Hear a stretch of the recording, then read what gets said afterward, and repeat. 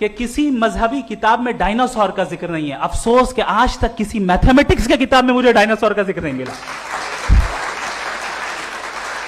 तो इसका मतलब मैथमेटिक्स की किताब बेकार है? नहीं, उसका वो टॉपिक नहीं है। रेवलेशन का और मजहबी किताबों का टॉपिक ये नहीं है कि आपको आके बताए साइकिल कैसे बनाते हैं, या आकर ये बताएं कि जो है डायनासोर कब था। वो तो मोरालिटी सिखाने आया है, गॉड के बारे में बताने आया, नॉन फिजिकल रियलिटी की हकीकत को सिखाने के लिए आया।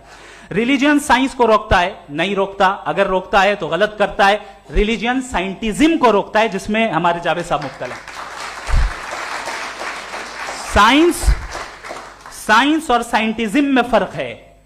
साइंटिज्म यह है कि आप समझें कि साइंस और साइंटिफिक मेथोडोलॉजी ये नॉलेज को हासिल करने का वाहिद सोर्स ऑफ नॉलेज है। यह है साइंटिज्म।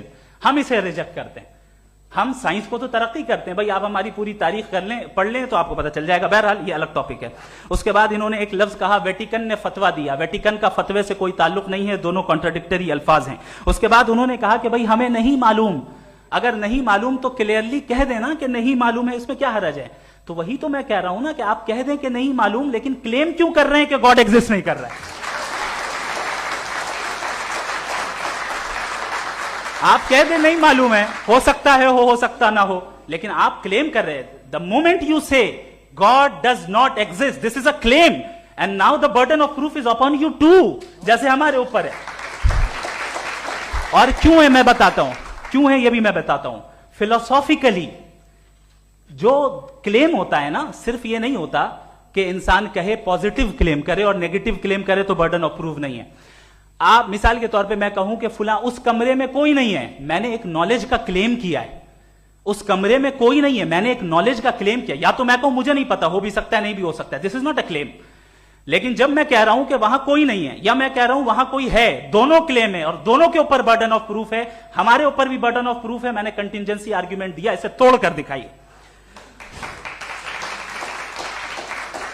आखिरी चीज, इन्होंने कहा कि खुदा दुनिया बनाने से पहले 150 साल पहले या करोड़ों साल पहले क्या कर रहा था। अरे हजरत,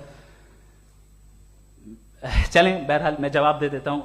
आप हमारे रिस्पेक्टेड पर्सनालिटी हैं, अगर आप नहीं होते तो मैं इसे एंटरटेन ही नहीं करता।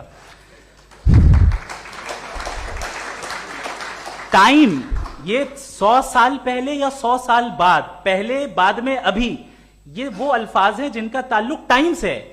टाइम शुरू ही हुआ है यूनिवर्स की बिगिनिंग के बाद, तो उसके पहले खुदा क्या कर रहा था? सवाल इलॉजिकल है, ये फेलेसी है। यानी आप ये कह रहे हैं कि यूनिवर्स के बनने से पहले खुदा क्या कर रहा था? टाइम के बनने से पहले, पहले का ताल्लुक टाइम से, टाइम उस वक्त था ही नहीं, तो ये सवाल ही इनवैलिड है खुदा के ताल्लुक से।